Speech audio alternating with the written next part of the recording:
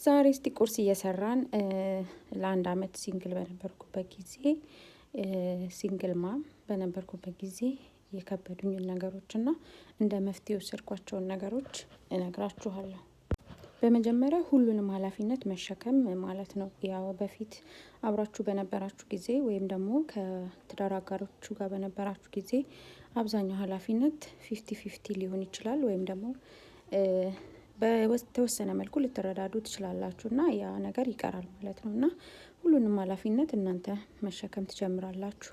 እና ይሄ የመጀመሪያው ሁሉንም ኃላፊነት መሸከም፣ ስለ ልጃችሁ ትምህርት ቤት፣ የውሎ ሁኔታ፣ የጤና ሁኔታ እያንዳንዱ ነገር ማለት ነው። በዝርዝራውን መግለጽ አልችልም፣ ግን አብዛኛውን ኃላፊነት ወይም ሁሉንም ኃላፊነት እናንተ መሸከም ማለት ነው። መጀመሪያ የከበደኝ ይሄ ነው።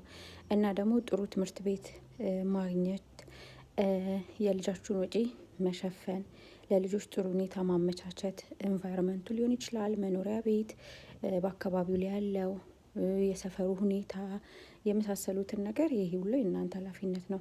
እና ደግሞ የሁለቱንም ቦታ መሸፈን የአባትየውንም የእናትየውንም ድርሻ መውሰድ፣ ቦታ መሸፈን፣ ፍቅርም ናፍቆት ምናምን ሊሆን ይችላል። እነዚህ ነገሮች እና ደግሞ ሌላኛው አምናችሁ ልጃችሁን የምትሰጡት ሰው ማግኘት። ለምሳሌ እንደ ሞግዚት ቢሆንም በጣም ከባድ ነበረ እና እኔ እንደ መፍትሄ ብዬ የወሰድኩት መኖሪያ አካባቢ ላይ ትምህርት ቤትን መጀመሪያ ለማግኘት ነበር። መኖሪያ አካባቢ ላይ ትምህርት ቤት መፈለግ እሱ እና ደግሞ ተመጣጣኝ ስራ መፈለግ። ያው የትዳር አጋራችሁ የብር እገዛ ወይም ደግሞ ሰፖርት እያለ ሆኖ እናንተ የራሳችሁ ሆነ ተመጣጣኝ የሆነች ገቢ ማግኘት አለባችሁ። እሱን ነው ሁለተኛ ያደረኩት።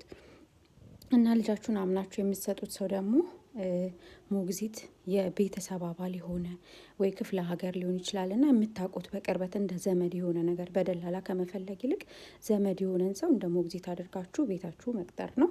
እና ደግሞ ናፍቆት፣ የባላችሁን ናፍቆት፣ የአባታቸውን ናፍቆት ደግሞ በተቻለ መጠን እንዳያስቡ ጊዜ አብሮ ማሳለፍ የመሳሰሉትን ነበር እንደ መፍትሄ የወሰድኩት።